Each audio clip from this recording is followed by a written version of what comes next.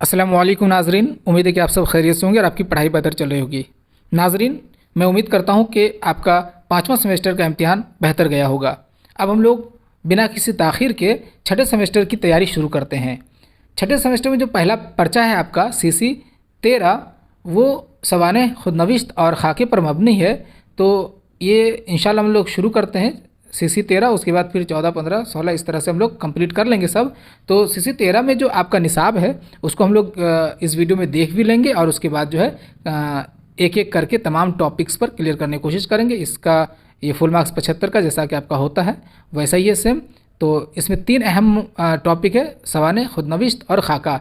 इसके बाद जो है इसके अंदर में देखिए आपको ये पढ़ने की ज़रूरत है, सवाने निगारी का फ़न और उसकी अहमियत व अफादियत, ये एक टॉपिक है। इम्तिहान में किसी तरह भी आ सकता है ये कि सवाने निगारी का फ़न पेश कीजिए या उसकी अहमियत व अफादियत। उर्दू में सवाने निगारी का आगाज़ व इर्तिक़ा, हालिया और शिबली बहैसियत सवाने निगार, खुदनविश्त सवाने का फ़न और उसकी अहमियत, सवाने और खुदनविश्त सवाने का फ़र्क, अख्तरुल ईमान बहैसियत खुदनविश्त सवाने निगार, खाका निगारी का फ़न और उसकी अहमियत व अफादियत, उर्दू में खाका निगारी का आगाज़ व इर्तिक़ा और रशीद अहमद सिद्दीकी बहैसियत खाका निगार। ये वो टॉपिक्स है जो ये तीनों जो आपका सवाने खुदनविश्त और खाका के मातहत है, इन तमाम को हम लोग कवर करने की कोशिश करेंगे। इसके बाद जो है जो मतन है, मतन जिसको आपको पढ़ने की ज़रूरत है, मतन में आपको दिया गया है यादगार गालिब, जो कि पहला हिस्सा सिर्फ हाली ने जो लिखा है पहला हिस्सा, उसे पढ़ने की ज़रूरत है। इम्तिहान में मतन से सवाल आ सकता है, इख्तिबार दे सकता है या फिर ये बोल सकता है कि यादगार गालिब के हवाले से हाली की सवाने निगारी पेश कीजिए या यादगार गालिब के हवाले से गालिब की हालात ज़िंदगी को पेश कीजिए। उसके बाद जो है गंज हाय गरा माया, जो कि रशीद अहमद सिद्दीकी है, इसे पढ़ने की ज़रूरत है। उसके बाद इस आबाद ख़राबे में अख्तरुल ईमान की सवाने हयात है, इसे पढ़ने की ज़रूरत है। ये जो है आपके मतन में है, ये तीनों इंशाल्लाह इसे भी कवर करेंगे। तो एक एक करके जो हम लोग शुरू करते हैं। आइए सबसे पहले हम लोग देखेंगे सवाने हयात की तारीफ़, इस टॉपिक को क्लियर करेंगे। उसके बाद फिर इसकी अहमियत और अफादियत को भी देखेंगे। तो इस वीडियो में आप देखने वाले हैं सवाने हयात की तारीफ़ या सवाने हयात के फ़न। अगर सवाल आता है कि सवाने हयात की तारीफ़ कीजिए तो भी आप इसे लिखेंगे, सवाने हयात के फ़न से अपनी वाक़फ़ियत का इजहार कीजिए तब भी आप इसे लिखेंगे, जो इस वीडियो में जो मवाद पेश किया जाएगा। या अगर ये सवाल आता है कि सवाने हयात के अज्ज़ाए तरक़ी भी पेश कीजिए तब भी आप इसे ही लिखेंगे आपके इम्तिहान में। तो आइए बिला किसी ताख़ीर के शुरू करते हैं आज के इस वीडियो का। सवाने, सवाने उर्दू नस्र की एक अहम सिन्फ़ है।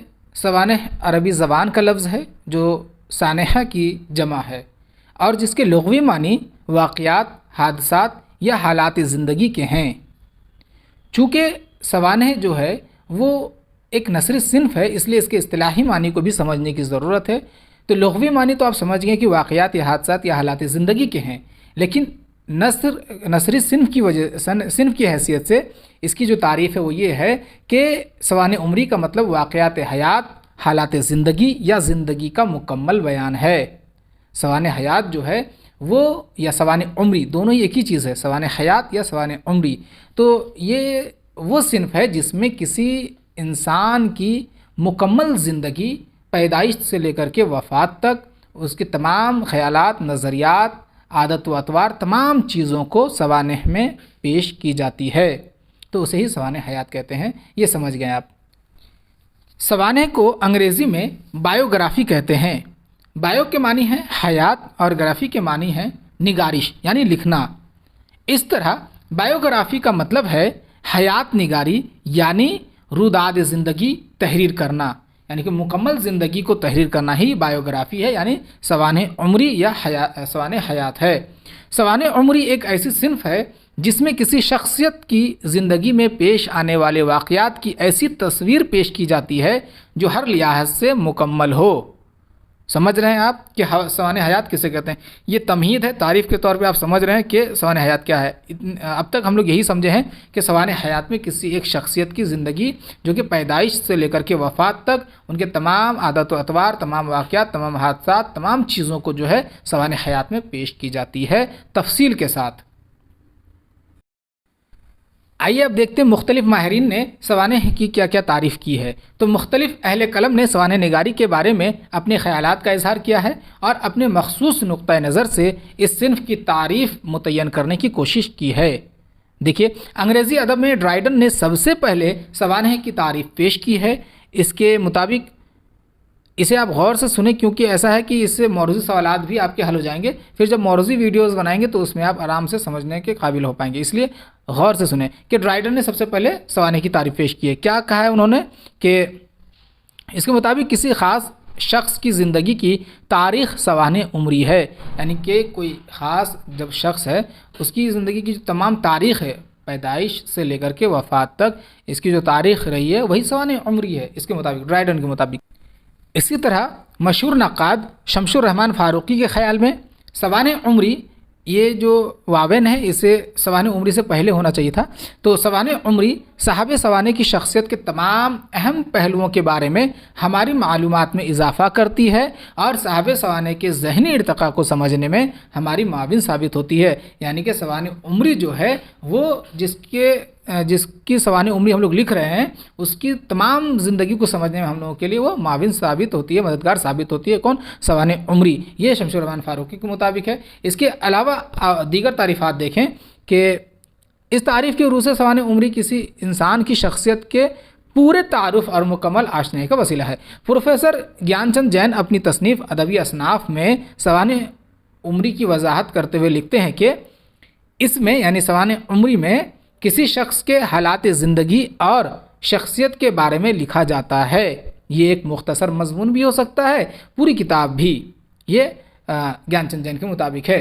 ماہرین نے سوانح نگاری کی ادبی اہمیت کو متعین کرنے کے لیے اس کے 3 لوازم کی نشاندہی کی ہے۔ اب تک ہم لوگ ان کی تعریفات کو دیکھ رہے تھے، اور اب جو ہم لوگ یہ دیکھیں گے کہ سوانح لکھنے کے لیے کن کن چیزوں کی ضرورت ہے اور سوانح نگار کو کن کن چیزوں کو اپنے ذہن میں رکھنے کی ضرورت ہے۔ تو ان میں سے جو ماہرین نے ہیں وہ 3 چیزوں کو اہم قرار دی ہیں، جس میں سے پہلا ہے موضوع سب سے اہم ہے، پھر مواد اور اسلوب۔ یہ وہ 3 چیزیں ہیں جس کو ملحوظ خاطر رکھ کے ایک سوانح نگار کسی کی بھی سوانح عمری کو لکھتا ہے۔ تو اسے ہم لوگ اب تفصیل سے آگے دیکھیں گے۔ سب سے پہلے سوانح کا موضوع، یہ سے دیکھیے، سوانح نگاری کا موضوع کوئی شخصیت ہوتی ہے۔ ظاہر سی بات ہے، سوانح عمری جو ہے کسی انسان کے اوپر میں لکھی جاتی ہے، تو اس کا موضوع کوئی ایک شخصیت ہی ہوگی۔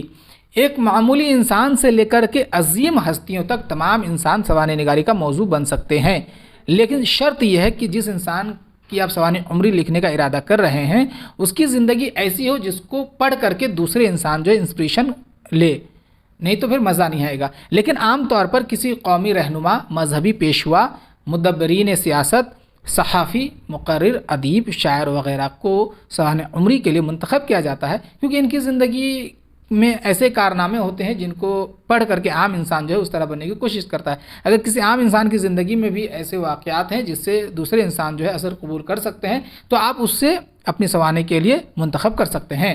سوانح عمری میں موضوع کو بنیادی اہمیت حاصل ہے۔ موضوع کے انتخاب کے وقت سوانح نگار کو دانش مندی، دیانتداری اور غیر جانبداری سے کام لینا ضروری ہے۔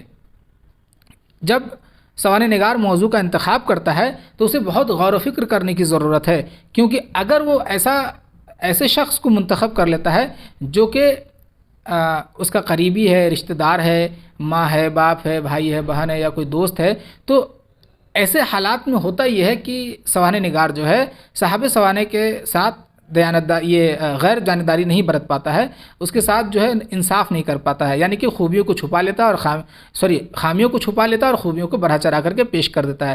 اسی لیے جب موضوع کا یعنی کہ شخصیت کا انتخاب کیا جاتا ہے تو بہت ہی دانش مندی کے ساتھ، یعنی کہ کوئی ایسے شخص کو منتخب نہیں کرنا چاہیے جس سے آپ غیر جانبداری نہ برت سکیں۔ تو یہ ہے یہاں پہ۔ اس کے بعد دیکھیے، موضوع کے انتخاب سے جڑا ہوا ایک اور مسئلہ صاحب سوانح کے نظریات و افکار سے سوانح نگار کی مطابقت اور ہم آہنگی کا ہے۔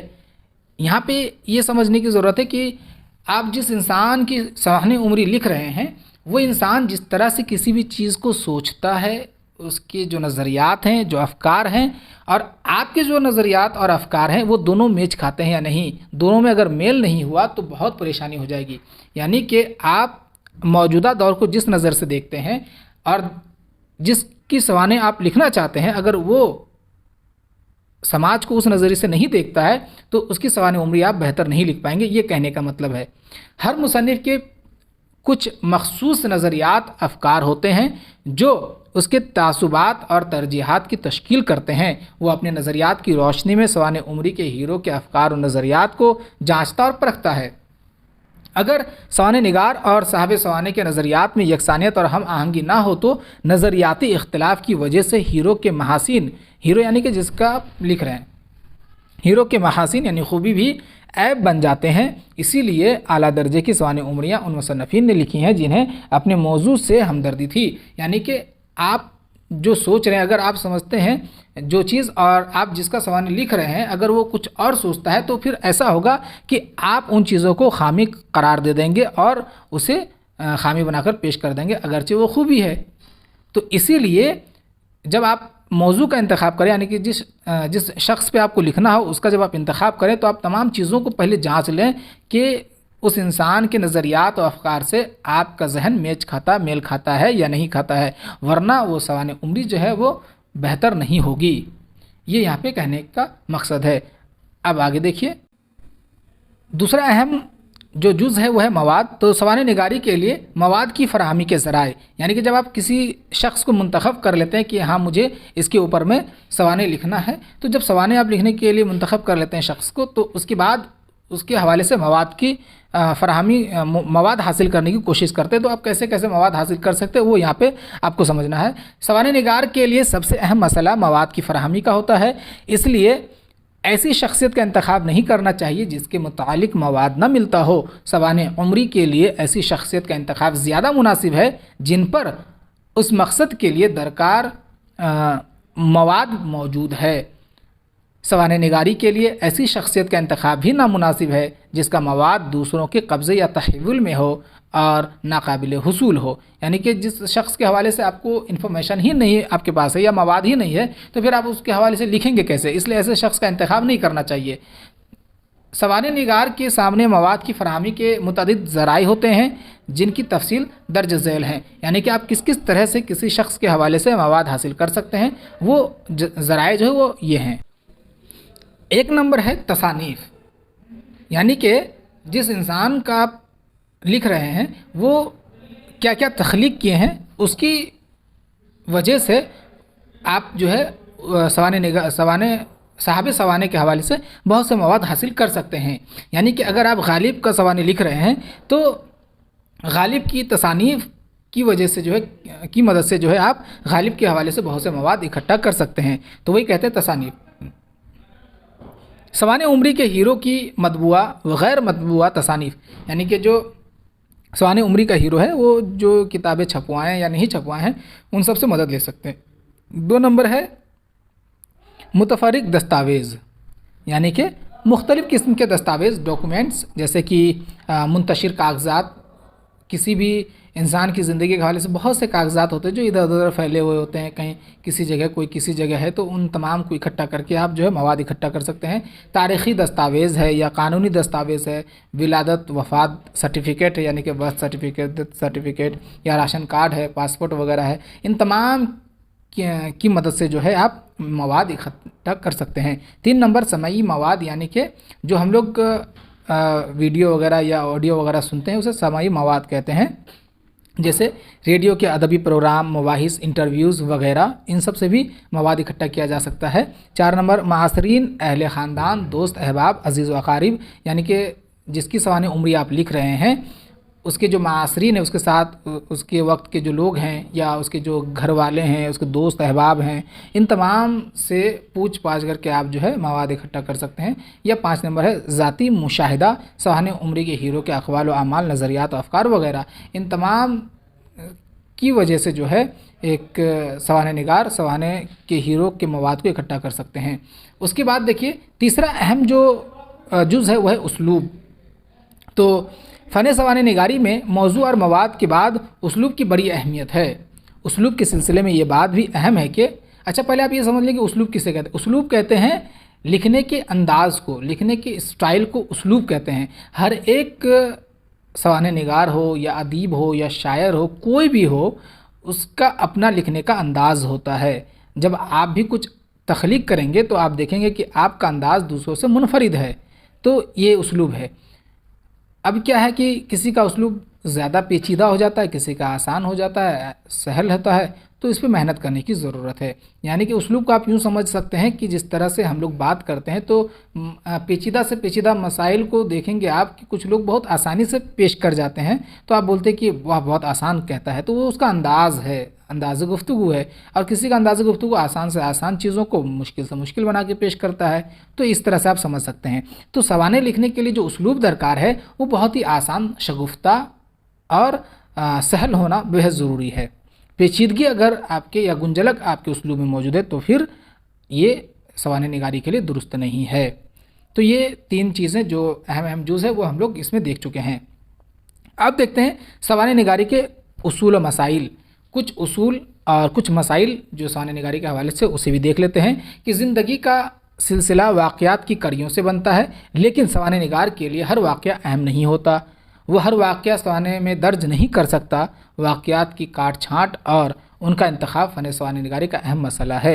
यानी कि एक इंसान 60, 70, 80, 90, 100 साल ज़िंदा रहता है, तो अब हर एक वाक़े को लिखना ये नामुनासिब है, वरना बहुत ज़्यादा ज़ख़ीम किताब हो जाएगी। इसलिए जब सवाने लिखते हैं तो बहुत सारी चीज़ों को आप काट छाँट करके निकाल देते हैं, क्योंकि तमाम चीज़ें ज़रूरी नहीं होती है। उन चीज़ों को ही सवाने में लिखने की ज़रूरत होती है जिसको पढ़ करके जो क़ारीन हैं वो मुतासिर हो, वो असर कबूल करे। लिहाजा एक अहम मसला है कि किस चीज़ को, किस मसले को, किस वाक़े को आपको काट के निकाल देना है या किसे आपको तहरीर करने की ज़रूरत है। ये एक अहम मसला है।